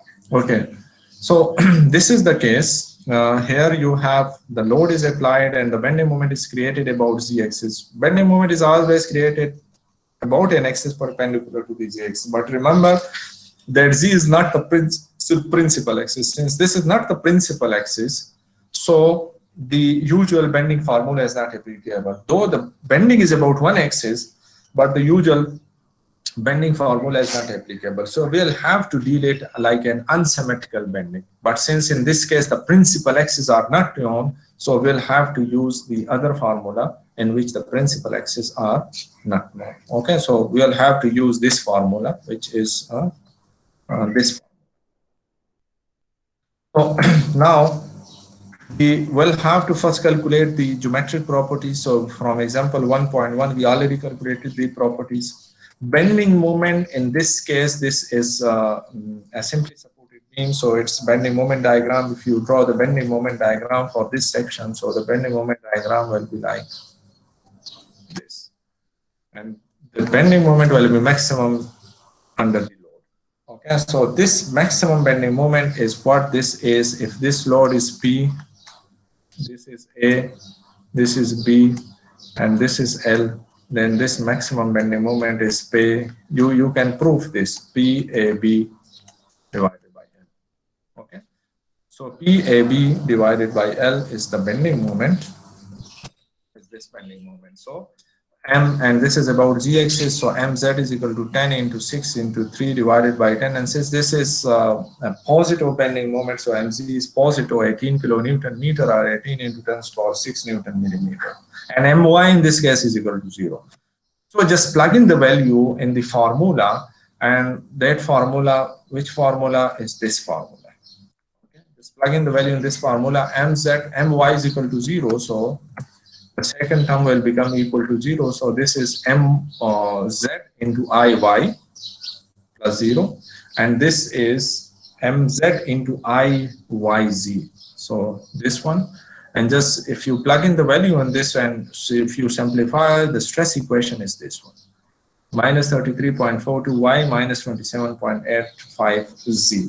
Okay, so the bending is about is applied about one axis, but the variation is along both axes. Okay, so for the neutral axis, so you will have to put this equation A equal to 0.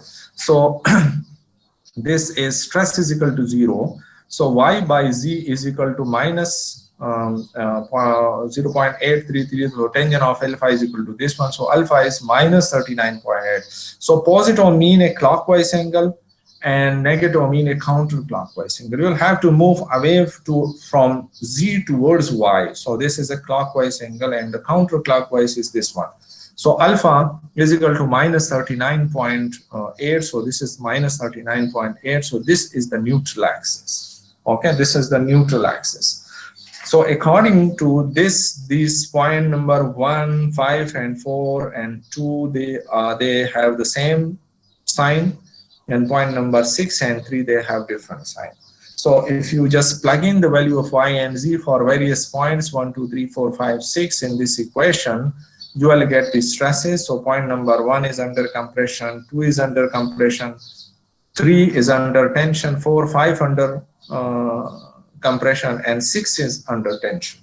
Okay, so these 2 points is they are on this side, so they are under tension, and the rest of the points 1, 2, and 4, 5, they are under compression. Okay, so this is the way how to deal problems of unsymmetrical bending when the principal axes are not known to you. Okay, when the principal axes are not known to you.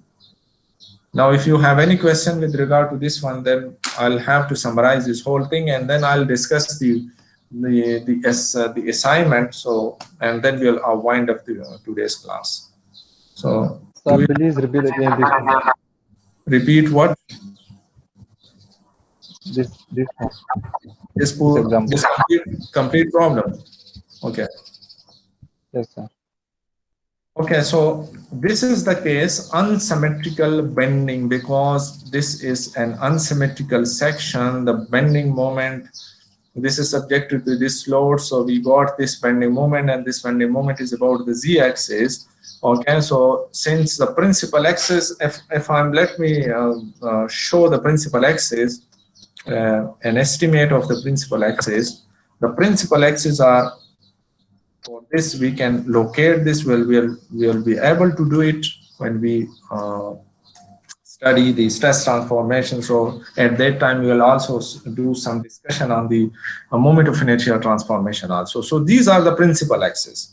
So this bending is not about the principal axis, so this is unsymmetrical bending. But you cannot apply, since this the section is asymmetrical, so you cannot apply the principal axes are not known to you, so you will have to apply the formula with the principal axis, with the unknown principal axis. Okay, so you have geometric properties we already calculated in example 1.1, and we have this bending moment, so we'll have to plug in the value in the formula. Okay, in the formula where mz is this one and my 0. Okay, so there my0, the formula is this one. This is mz plus myiYZ and plus this one. Okay, so this is the case plus this one. So if you simplify this one, so this is the stress equation. Okay, so for the neutral axis, just plug in this equal to 0. So y by z is equal to this one. So alpha is equal to minus 39. Minus mean in this case, plus mean from positive z to positive y, minus mean from positive z to negative y. Okay, so minus 39.8, and then the coordinates, you have the coordinates of 1, 2, 3, 4, 5, 6 points. So these are the coordinates. Plug in this equation, in equation A, and you will get these are the stresses. Okay, and these stresses, this is the neutral axis, and since all these points which lies on the same side of the neutral axis should have the same sign. Let's suppose if you are getting 4 as a positive sign and 5 as a negative sign, then there is something wrong with your calculation. Okay, or in provision of this neutral axis, or in showing this neutral axis, there is something wrong with this one. Okay, all points lies on the same side should have the same sign. Okay, so 6 and 3 should have the same sign, and 1, 2, and 4, 5 should have the same sign. Any other question?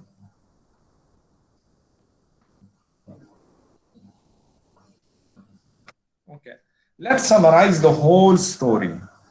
Okay, the combined stress, the unsymmetrical bending, and all those things. So let's summarize those things. So what we study, we developed with the known principal axis. So this is the combined stress formula. Okay, and for the short prismatic member, this is the formula. And for unsymmetrical bending, this is the formula. Here you can see there is no IYZ term in this case. Okay, and for the combined stresses when with the unknown principal axis, okay, so meaning that z and y are not the principal axis. So this is the formula. This is similar to this one, but only it involves the IYZ terms. Or you can get this formula from this one. You just plug in IYZ equal to 0. आप इसमें डाल लें तो you will get this formula. Just plug in IYZ equal to 0, you will get this formula.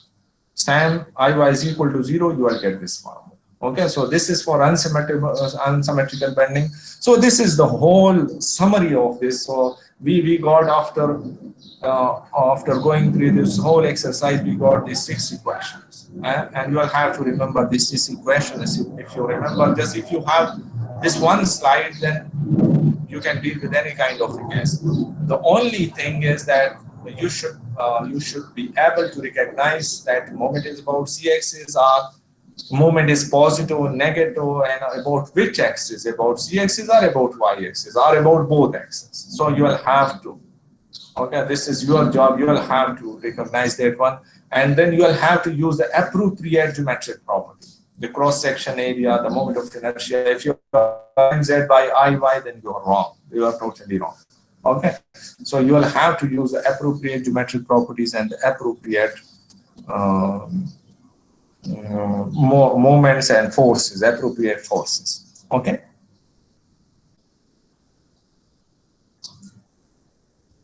So this is the summary. Now let me discuss the assignment. You have still, I think, what is the last date for the assignment? 24. 24 is the last date. Okay, so you have 2-3 days, 2 days. So बल्कि 3 days अगर आज का भी शामिल कर ले, so 3 days you have on. So let me show you the assignment. Okay. This thing, problem number 2 is okay, but we'll discuss this also. So this is the discussion of this assignment, is that one thing I'm telling you, that you cannot copy somebody's assignment. If you are doing it, then we'll properly check it and we'll mark that 0. So be careful. I'm telling you, be careful in copying your assignment. Okay, you can take help, but you cannot copy. You can exact copy. So question number 1 is related to CLO1 and the marks are 10. Select any object surrounding you subject to combined axial force and bending moments. Again, you will have to select this. Okay, you will have to, if you just look to your surrounding, so I'm sure that you will find a number of objects. Okay, take a photograph of the object. Uska original photograph आप ले लें, ठीक है, and put that in your assignment. Okay, you cannot copy somebody's photograph. You cannot take a photograph from the Google and these things. Internet से कोई नहीं, आपका अपना photograph जो है वो होना चाहिए, ठीक है. Explain the internal forces induced in the object using neat sketches. You will have to then, from that object, you will have to make a sketch and show the forces that this is the source of axial force and this is the source of bending moment. So you will have to do it. And this, if you can take help from your fellows, you can take help from me. Okay, but you will have to do it yourself. If you can understand this and if you are able to do this, then I'm sure that you will have to, because the real life things are not like roller and these things and these supports and actual, these are the model, and you will have to convert a real life structure into a model.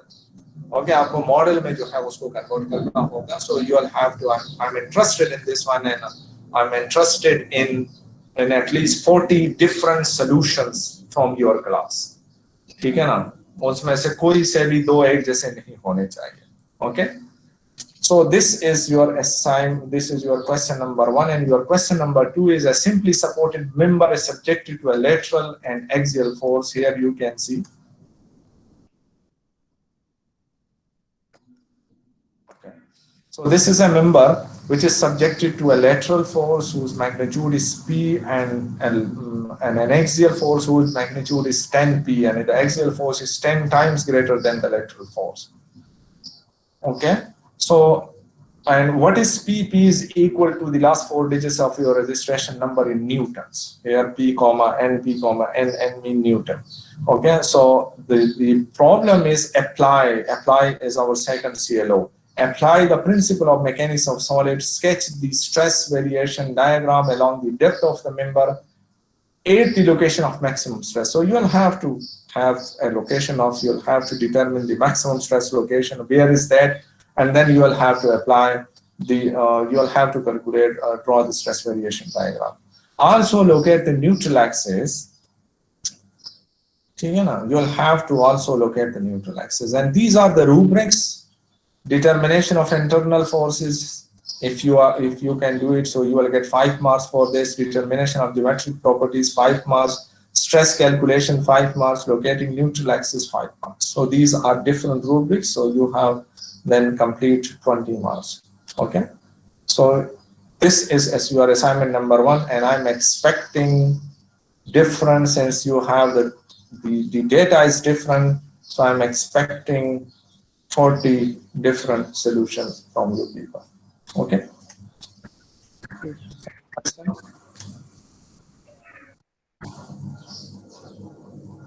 कोई question है आपकी तरफ से? Yes sir. Sir जी पूछें। Sir ये variation diagram sir वो bending और stair के सर मालूम करना होगा। नहीं, जो जो मैंने कितनी दफा ये स्ट्रेस वेरिएशन डायग्राम ड्रॉ किया है ना, मतलब ये हर प्रॉब्लम में मैंने वेरिएशन डायग्राम जो है वो ड्रॉ किया है. So since this is the case of uniaxial bending, okay, so you can easily draw just like plane में भी आप इसका स्ट्रेस वेरिएशन डायग्राम ड्रॉ कर सकते हैं, just like I did in this problem. मैं आपको दिखा देता हूँ. Sir, can you repeat again question one of assignment one? Still I didn't get it. Okay, just wait a while. So this is, as this is here, this is the stress variation diagram, the final. I'm expecting this kind of a stress variation. Just not the split one, just this is the stress variation diagram. Repeat your question, please. Can you repeat again question one of assignment one? Question number one of assignment one. Question number one, you will have to, if you are in a hostel or if you are in a home, just look around you and you will see a number of objects. Like I can give you an example that you can see a fan, you can see an AC, you can see different kinds of like you can see the light in your lawn, you can see different kind of a thing in objects surrounding you, you can see even a table. So you'll have to take a photograph and you'll have to identify, and that object must have a source of the axial force and must have a source of the bending moment, and you will have to identify those things. You will have to show that this is the axial force, this is the source of the axial force, this weight is coming and causing axial force, and this is the source of the bending moment. So you will have to take at least you can select an object having biaxial bending and bending about both y and z axis, or you can select a uniaxial bending case, bending about only z or y axis. But that should be an object which is surrounding you. Then you will have to not move somewhere out your even your room. Okay, you can take a photograph of your room, or you can just take out of your room, and then in your home or in your hostel you can select an object and take a photograph of that one. ठीक है sir Okay. Sir उस पे हम अगर हम कोई object select करें तो उस पे लोड कितना हम डालेंगे, मतलब लोड का तो हमें पता नहीं चलेगा कि इस पे कितना लोड आ रहा है. No, you can estimate it. I'm not telling you that you should calculate the force. You will have to identify the source of force, that this weight is causing a force. So you need not to calculate the forces. Okay, you will have to identify the source of forces. Okay. Sir sir मैंने beam की तस्वीर ली है sir, लेकिन उसमें तो sir x04 sir नहीं है sir, ये किस तरह आयोजन करेंगे? तो जो नहीं है तो बस वो ऑब्जेक्ट ही नहीं है ना. आपने तो ऑब्जेक्ट ऐसा लेना है जिसमें एक्सियल फोर्स भी हो, बेंडिंग मोमेंट भी हो. सर मैंने बीम की सर पिक्चर ले ली है सर, उस पे मैंने एक वेट भी डाला है तो सर मैं यही आपको कह रहा हूँ ना कि सिंपल अगर बीम है तो वो तो ऑब्जेक्ट नहीं है ना, वो तो कंबाइंड स्ट्रेसेस वाला केस ही नहीं है ना. आपने ऐसा केस सेलेक्ट कर जिसमें कंबाइंड स्ट्रेसेस हो. सर तो सर इसमें क्या हम ले सकते सर? फॉर एग्जांपल दे दे एक. यार फॉर एग्जांपल आप मुझसे क्यों पूछ रहे हैं ना, मैंने बहुत सारी चीजें आपको बता दी है. मैं आपको क्या बीम में अगर एक्सियल फोर्स नहीं है तो वो तो आपका केस ना हुआ ना, आप उसको तो मुझे प्रेजेंट नहीं कर सकते. सर प्लीज सर हमें नजर नहीं आता कि इसमें x04 सर जी हो. इस पे जरा सोचे ना यार, ये आप लोग पढ़ते नहीं हो, ठीक है ना. जरा पढ़ो, जरा समझो, ठीक है ना. असाइनमेंट इतने सीधे सीधे जो है वो नहीं होने चाहिए, ठीक है ना, कि बस मैं आपकी उंगली पकड़ के जो है उधर आपको ले जाऊं, ठीक है ना. मैं आपको एक मेरी बात सुने, ठीक है ना. हम तो यहाँ पाकिस्तान में जो है वो चीजें वो पिन पॉइंट करके उसके जो है वो आ रही है ना. मैं यूएस में था, और यूएस में मैं एक कोर्स को ऑडिट कर रहा था, प्रॉपर्ली पढ़ भी नहीं रहा था, ठीक है ना, लेकिन मैं ऑडिट कर रहा था। उसमें एक असाइनमेंट मुझे जो है वो एडवांस डायनेमिक ऑफ स्ट्रक्चर का कोर्स था, और एक इटालियन बंदा था जिसको जो है वो असाइनमेंट आता था, तो मैंने उससे हेल्प लेने की कोशिश की, ठीक है ना, कि मैं उससे जो है वो हेल्प ले लूं। तो उसने मुझे जो है वो हेल्प में मुझे इतना सारा मटेरियल बता दिया कि आप ये जाके पढ़ लो, ये जाके पढ़ लो, फलां पेपर पढ़ लो, फलां चैप्टर पढ़ लो, तो जाके वो चीज आपकी समझ में आ जाएगी। तो उसने उस प्रोसीजर से मुझे गुजारा जो जिससे वो खुद गुजरा था उस चीज को सीखने के लिए। वो मुझे ये भी कर सकता था कि मुझे सीधा सीधा बता देता, ठीक है ना, लेकिन उसने ऐसा नहीं किया, क्योंकि वो जो है वो उस प्रोसीजर से मुझे भी गुजारना चाह रहा था, जो कि वो अपने तौर पर जो है वो ठीक था। क्योंकि असाइनमेंट का मकसद जो है सिर्फ असाइनमेंट का सोल्यूशन नहीं होता, बल्कि आप जब उस असाइनमेंट को जो है वो करते हैं तो इससे इर्द गिर्द की बहुत सारी चीजें आप सीख लेते हैं, ठीक है ना। I'm sorry dear, I'm talking in Urdu, but I was telling him that you will have to assignment. The purpose of assignment is not only to solve the assignment, to get a solution of the assignment, but to learn many more things. So this is the objective of the assignment. Okay, so you will have to just surrounding में जो है वो थोड़ा सा अपने ज़हन को जो है, our mind is just to hear something through our ear and then accept it. This is our mind. Our mind is not a thinking mind, ठीक है ना, वो सोचते हम नहीं है चीजों पर। we'll have to make our mind like a thinking mind. सोचना है, चीजों पर सोचना है। जब आप सोचोगे ना तो तब आप पे जो है वो काफी सारे राज खुलते हैं, ठीक है ना। जब सोचने नहीं हो आप मैं कभी भी जो है वो कभी भी मेरे अपने लाइफ में जो है उस चीज को मैंने कभी भी एक्सेप्ट नहीं किया जो मैं समझा ना हो। तो वो मेरे टीचर ने मुझे बता दिया और वो ठीक भी था, लेकिन जब तक मैं उसे समझा नहीं था मैंने उसे एक्सेप्ट नहीं किया, मैं उसके खोज में लगा, ठीक है ना, कि ये ऐसा है तो क्यों है, टीचर ने तो बताया है जरूर ये ठीक होगा, लेकिन ऐसा क्यों है। अगर मैं उसको उसी तरह एक्सेप्ट कर लूं देन मेरी डेवलपमेंट कहाँ पे होगी, मेरी डेवलपमेंट तो नहीं होगी। मेरा if I am a researcher and if I am somewhere at a certain stage, then I must be able to move forward, ठीक है ना, to just move up, ठीक है ना। और वो मैं तब हो सकता हूँ जब मैं सोचूंगा और उस चीज को आगे बढ़ाने का मैं करूंगा, ठीक है ना। Okay, sir sir. बस Then वल्लाह मैं we will.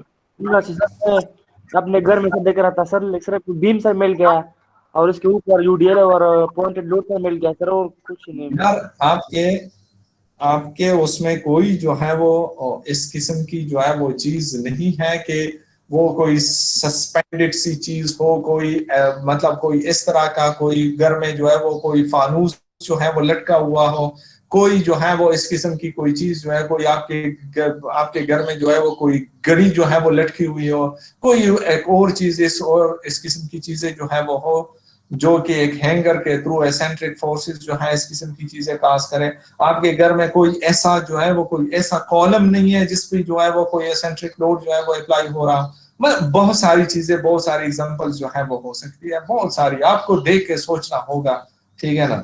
लेकिन ये है ना कि आप पहले क्वेश्चन को जो है वो समझे, ठीक है ना। जब आप समझेंगे ना तो बहुत सारी चीजें जो है वो आप पे खुल जाएंगी, ठीक है। और इस वजह से मैंने इसको जरा जो वो आपके सामने रखा कि आप जरा इसको समझें। Sir, excuse me, will we take the photograph? Then will we upload on our assignment the photograph? Would you tell us? Just repeat the question, my dear. I'm not hearing you properly. Yes, sir. I said, will we upload the photograph on our assignment? Yeah, you will have to. Not a glue. Since you can submit, you can take a copy of that, or not a copy of this. You will have to just since this is you are submitting your assignment as a soft one, so just soft. You can paste it in soft form on your assignment. Okay, so it's not a big deal. Okay, sir. Thank you. Inshallah. चलो okay जी, okay अल्लाह हाफिज। So I have a meeting at 11 o'clock, so Allah Hafiz, sir. Assalamu alaikum. वालेकुम अस्सलाम।